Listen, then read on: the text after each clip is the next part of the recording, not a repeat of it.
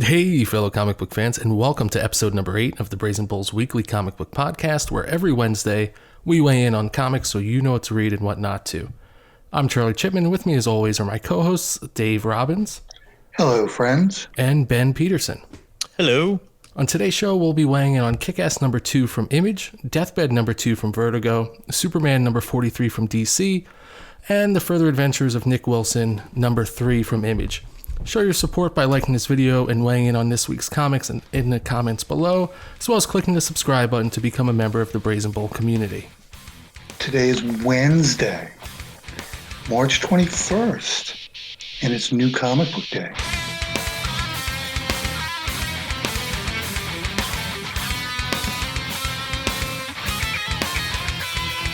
Kick-Ass number 2 by Image, writer Mark Millar. So here we are, joining our heroine as she finishes off her fight raid to get money to essentially pay her bills because of her lousy now ex-husband. What do you think, Dave? I really liked it. Patience is a great character. She's really believable. She's trying to just get by, but as a consequence of trying to get by, she becomes a hero.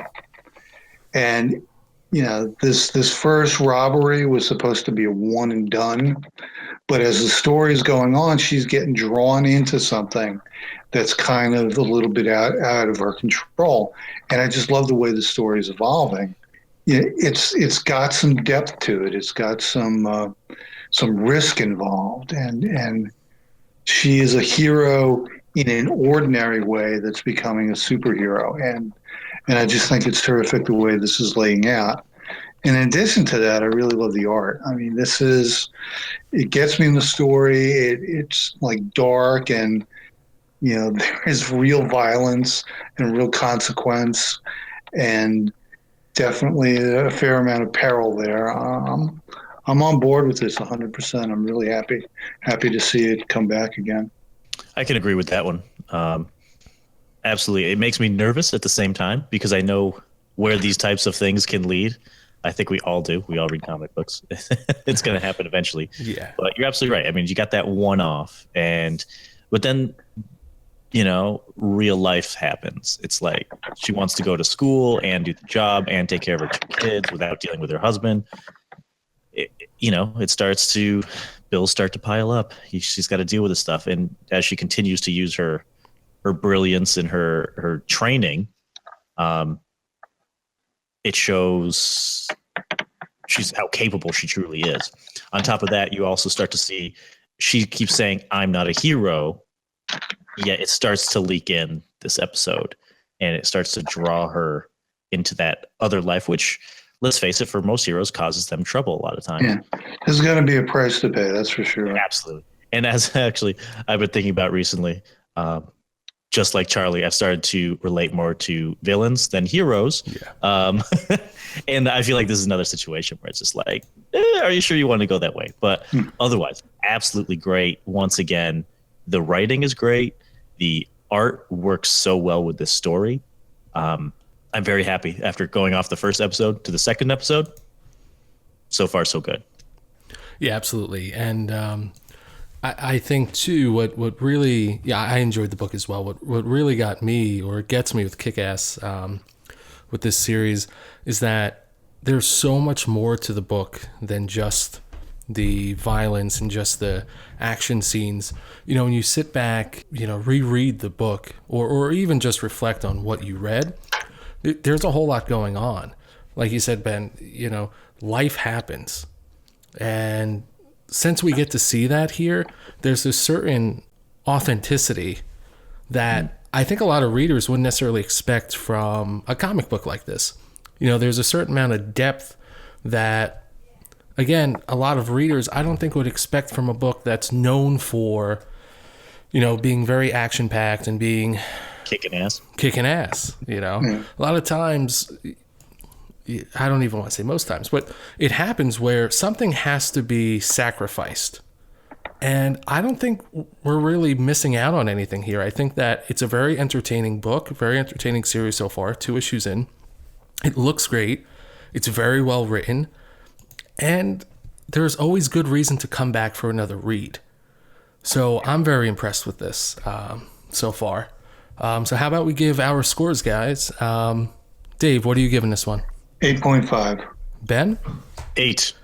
And it's going to be an 8.5 for me as well. So Kick-Ass number 2 gets a collective 8.3.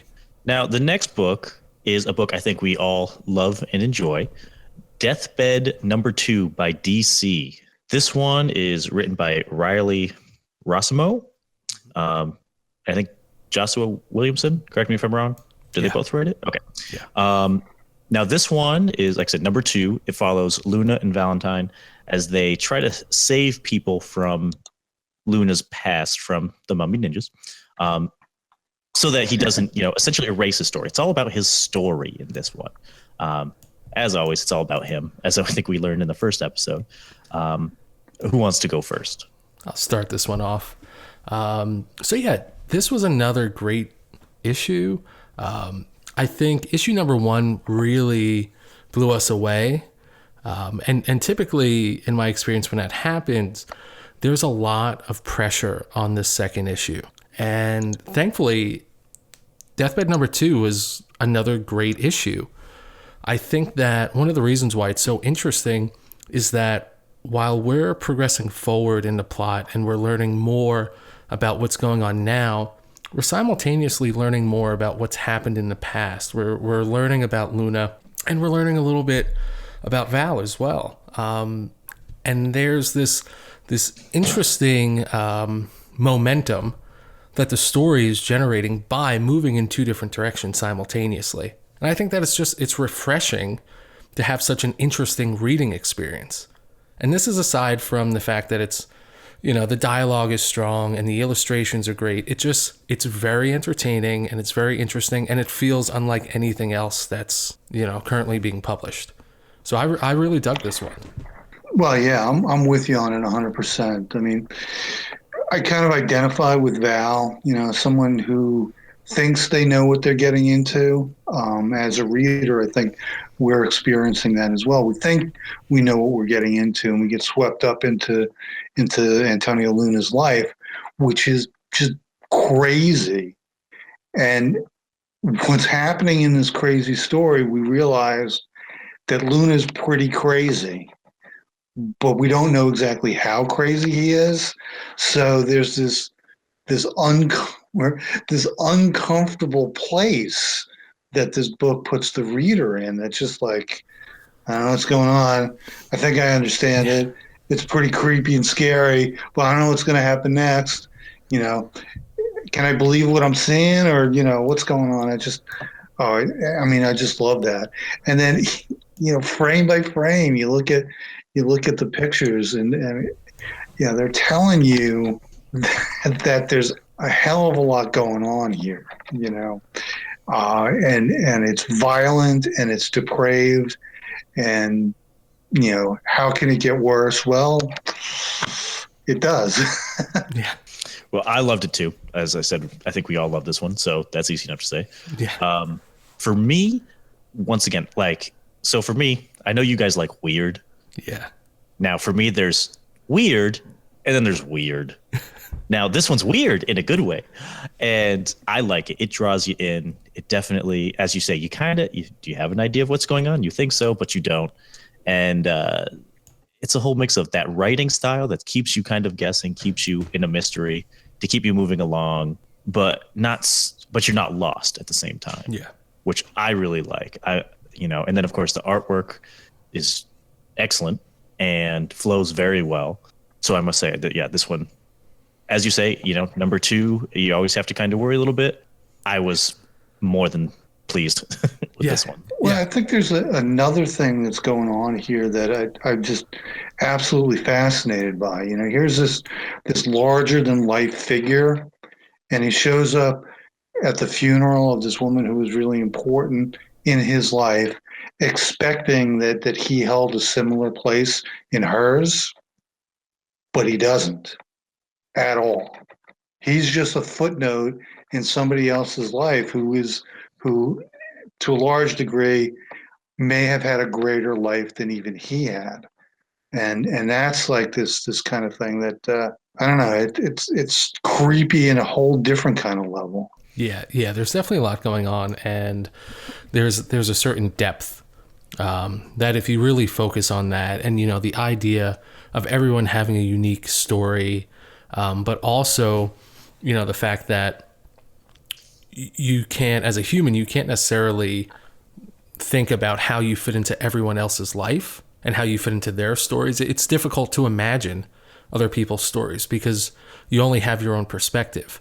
So I think when you look at Deathbed and you focus on that, now the book becomes about, it's so much more than just entertaining. It's really thought provoking. So I completely agree, Dave, Ben. We definitely like this one. All right, guys, how about some scores? Ben, what's yours, sir? I give it a 9. All right, Dave? 9. And it's going to be a 9 for me as well. So overall, Deathbed number 2 scores a 9. All right. Superman number 43 from DC. This one's about Bizarro Universe by Patrick Gleason and Peter J. Tomasi. Now, I'm going to start with this one because I'm not always a huge fan of Superman. I have some issue with his general attitude. But that being said, I'm really enjoying this. The Boizarro thing is excellent. I'm loving the little bit of craziness, but Boizarro, sorry, is kind of coming off as like, I don't necessarily want to be a bad guy, which is kind of weird for the Bizarro. And it also shows us all of like this Bizarro universe, which I think is awesome and fleshed out rather well. I also like Bizarro Boy throwing cats in trees, but not in a bad way. Not out of spite, but just because it's what you're supposed to do. That's right. Yeah, and I agree with you, Ben, that how fleshed out the Bizarroverse is. It feels fresh, and it's I don't think that readers would necessarily enjoy having a series where everything is backwards and reverse, and it might become a pain to read after a while. It might not hold your attention, but I do really want to spend as much time as we can in this Bizarroverse, just because as the picture is becoming clearer and we're getting more of this picture, we're realizing that everything is, it's bizarre, and it's great to see that, because typically Bizarro would just show up when Bizarro was supposed to show up. He'd do what he does, and then he's gone, and that's it, and we move on with the Superman story. This is one of the first times where a Bizarroverse or Bizarro World, it feels authentic. There's a whole lot going on. There's a lot of rich detail being put into this. And on top of that, again, we come back to it's very well written, very well illustrated, just a great comic book. So as a fan, I'm pleased. As a critic, I'm pleased. As a casual reader, I'm pleased. It's just a great book. What do you think about it, Dave? I'm not on board with it as much as you guys are, mostly because I was thinking that this was going to go in a completely different direction. When Boizarro showed up, I was expecting this to be the Boizarro story on Earth. That his transition to becoming a good guy was going to be on Earth. But instead, what we have is everybody lining up and going into the Bizarroverse. And there's all these other characters that are interesting characters, like, Rob Zarro, and they're looking for Hawk Zarro, and the Legion of Fun, which is a brilliant idea. But, it seemed like we raced to get there. That there was a whole story that could have been told with Boizarro that they're just kind of skipping through to get to like the bigger issues. And it's like, I feel a little rushed. I feel a little cheated. I'm not entirely disappointed, but I'm just saying, I think they could have taken their time a little bit. Now, I want to step in here. Go ahead. Sorry to cut you off there, but like, if you think about it, because if people don't know this, we talk about these things outside of this podcast. Yeah. But as Charlie mentioned, do you think I realize you think it's rushed, but do you think it's possible that people would have been able to deal with so much Bizarro, though? Like, yeah, it felt rushed, but because it had to be. Otherwise, you're going to get a lot of Bizarro, and people may not like that.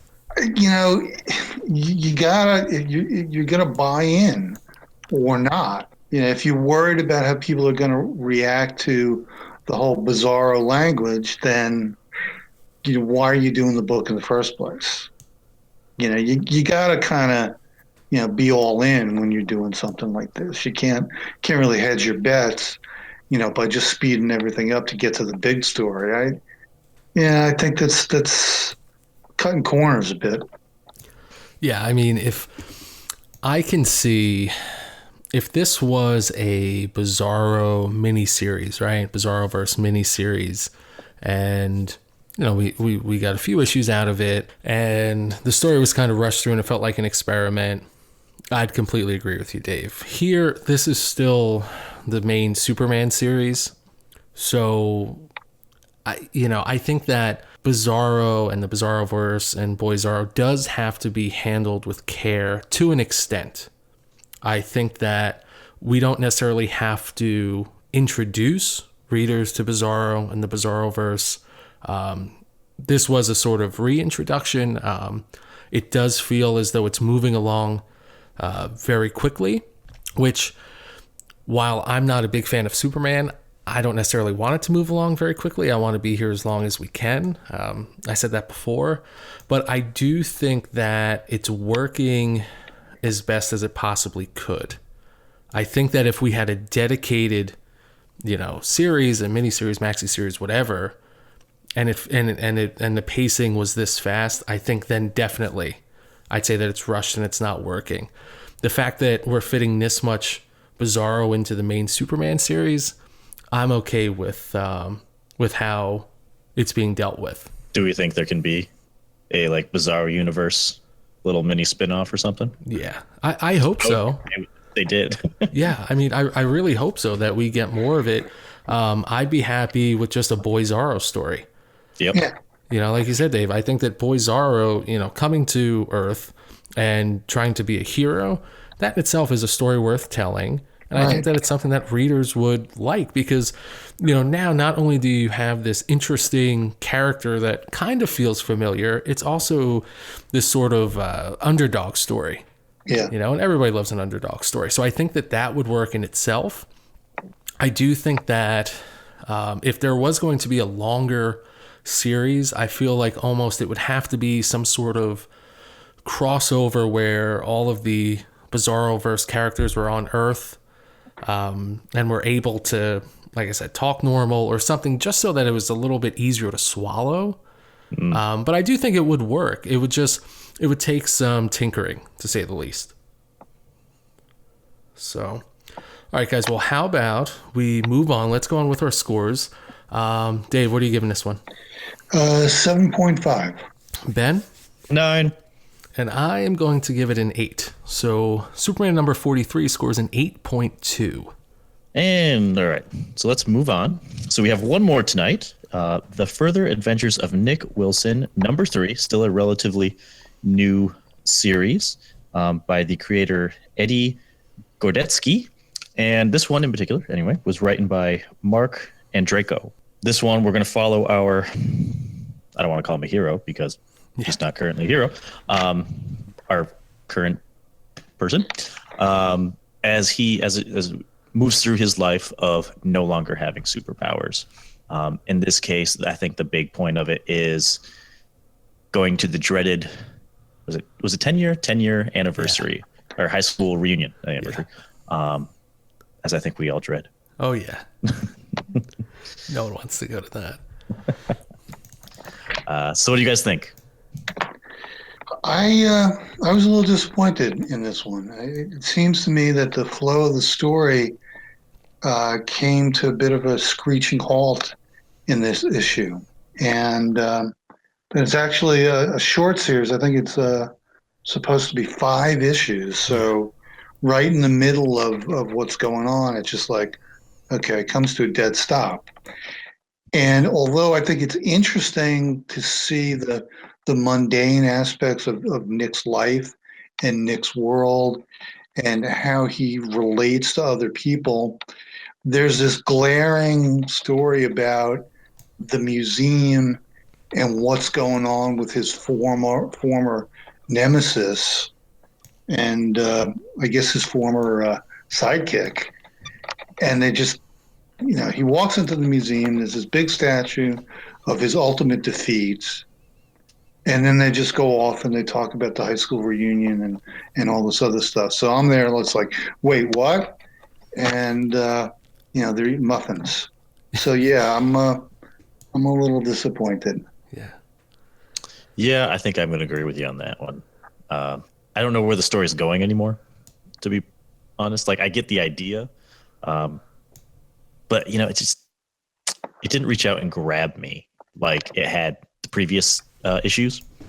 I mean, everything else is still good. I have no real complaints, except it just didn't grab me and bring me into the story, continue on the story, and continue along.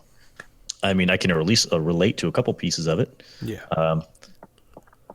But other than that, I don't have a whole lot to say about this one. Yeah. No, this one definitely is probably one of the most relatable series for me.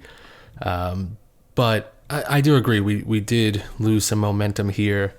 And I think what's starting to happen is we readers, you guys can correct me if I'm wrong, we want to hear a little bit more about Nick Wilson as the hero and not just Nick Wilson as the man.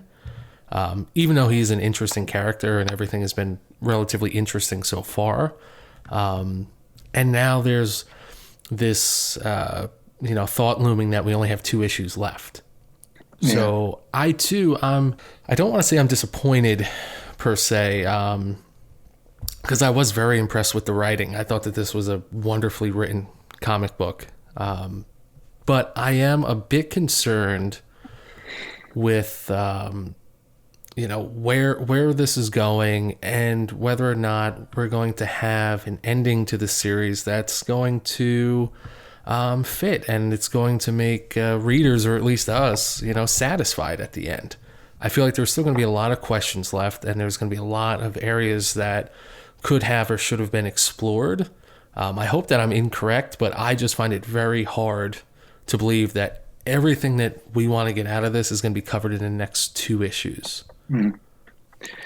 Well, yeah, I mean, it seems like it's another one of those books that suffers from having to being broken up into installments by issue. Yeah. That if you look at the big picture of whatever this whole story is going to be, I think that's when we're going to find something that works as a whole. I really hope that in the last 2 issues it gets pulled together to something satisfactory. But I think that this issue brings up the possibility that there's not enough time left and we might end up being disappointed. I'm still in for the duration, but I'm starting to get a little uneasy about whether or not they can pull it together. And maybe it's just going to end up being some weird kind of cliffhanger that makes us wanting for more. And if they do it right, maybe that's okay. But yeah, I'm a little wary at this point. But I'm still gonna finish it up. Yeah, definitely. I think that we're in it for the last 2 issues. But let's go on with our scores. Dave, what are you giving this one, sir? I gave it a 7. All right, and Ben? 7 also. All right, and I'm going to give it a 7.5. So The Further Adventures of Nick Wilson, number 3, scores an overall 7.2. And with that, how about we move on to our picks of the week? Dave, why don't you go first, sir? Something new for us from IDW for the Black Crown imprint. I read Punk's Not Dead, Volume 2, or Issue 2, which I really liked. It's a weird take on a ghost story. There's this ghost from the past that haunts this high school kid, and instead of being some Victorian, it's actually this guy named Sid from the 1970s who died in New York, who happens to be a punk rocker, and he's just as alien, and his motives are just as suspicious as if he was something from even further back in time. And I appreciate the twist on that kind of modern ghost story. Great. For this week, I'm going to pick a Valiant book. And I believe I brought it up before in the podcast, but my pick of the week is going to be Quantum and Woody number 4. Again, just like any of the other books coming out of the Valiant house, it's very well written, very well illustrated, very entertaining. It's a lot of fun. And it's a series that, despite everything else that I'm reading, I always find myself looking forward to it. And as of yet, haven't been disappointed. So again, this is another one I just really can't recommend enough. So that's my pick. Ben, what do you got this week, sir?